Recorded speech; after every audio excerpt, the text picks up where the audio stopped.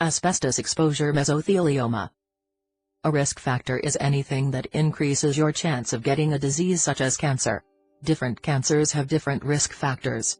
Some risk factors, like smoking, can be changed.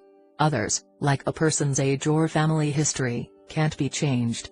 But having a known risk factor, or even many, does not mean that you will get the disease. And some people who get the disease may have few or no known risk factors. Researchers have found some factors that increase a person's risk of mesothelioma. Asbestos. The main risk factor for pleural mesothelioma is exposure to asbestos. In fact, most cases of pleural mesothelioma have been linked to high levels of asbestos exposure, usually in the workplace. Asbestos is a group of minerals that occur naturally as bundles of tiny fibers. These fibers are found in soil and rocks in many parts of the world. When asbestos fibers in the air are inhaled, they can get into the lungs. Fibers that stay in the lungs can travel to the ends of the small airways and enter the pleural lining of the lung and chest wall. These fibers can then injure the cells of the pleura, and, over time, cause mesothelioma. Asbestos fibers can also damage cells of the lung and result in asbestosis, scar tissue in the lung, and/or lung cancer. Peritoneal mesothelioma can form in the abdomen when inhaled asbestos fibers are coughed up and then swallowed. Many people are exposed to very low levels of naturally occurring asbestos in outdoor air. It's in dust that comes from rocks and soil containing asbestos. This is more likely to happen in areas where rocks have higher asbestos content. In some areas, asbestos can be found in the water supply as well as in the air. In the past, asbestos was used in many products because it was heat and fire resistant.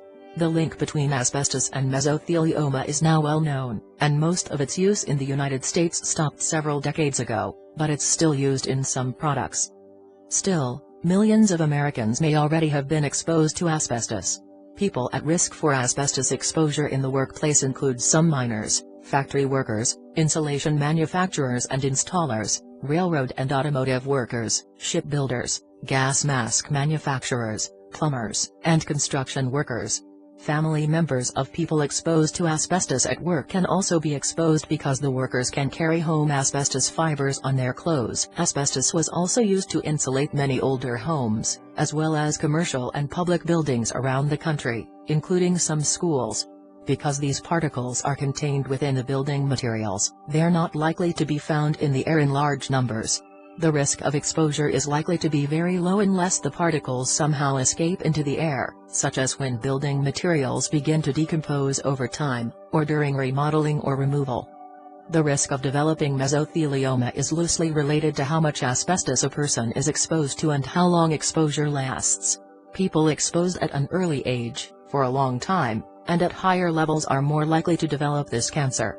Still, most people exposed to asbestos, even in large amounts, do not get mesothelioma. Other factors, such as a person's genes or having radiation treatments in the past, may make them more likely to develop mesothelioma when exposed to asbestos. Mesothelioma is related to asbestos exposure take a long time to develop. The time between the first asbestos exposure and diagnosis of mesothelioma is usually between 20 and 50 years. And the risk of mesothelioma does not go down over time after the exposure to asbestos stops. The risk appears to be lifelong. Zeolites. Zeolites are minerals chemically related to asbestos. An example is uraninite, which is common in the rocks and soil in parts of Turkey. High mesothelioma rates in these areas are believed to be caused by exposure to this mineral. In the United States, uraninite has been detected in Nevada, Oregon, Utah, Arizona, Montana, and South Dakota. Radiation. There have been a few published reports of mesotheliomas that developed after people were exposed to high doses of radiation to the chest or abdomen as treatment for another cancer. Although the risk of mesothelioma is higher in patients who have been treated with radiation, this cancer is still rare in these patients. SV40 virus. Some studies have raised a possibility that infection with simian virus 40, SV40, might increase the risk of developing mesothelioma. But most experts agree that at this time we still don't know if SV40 is responsible for some mesotheliomas. This important topic is still being researched. Age. The risk of mesothelioma increases with age. Mesothelioma can occur in young people, even children, but it's rare in people under age 45. About 2 out of 3 people with mesothelioma of the chest are 65 or older. Gender. Mesothelioma is much more common in men than in women. This is probably because men have been more likely to work in jobs with heavy exposure to asbestos. Gene changes. A mutation or change in the gene called BAP1 can be passed in families and has been linked to mesothelioma. But BAP1 mutations are rare.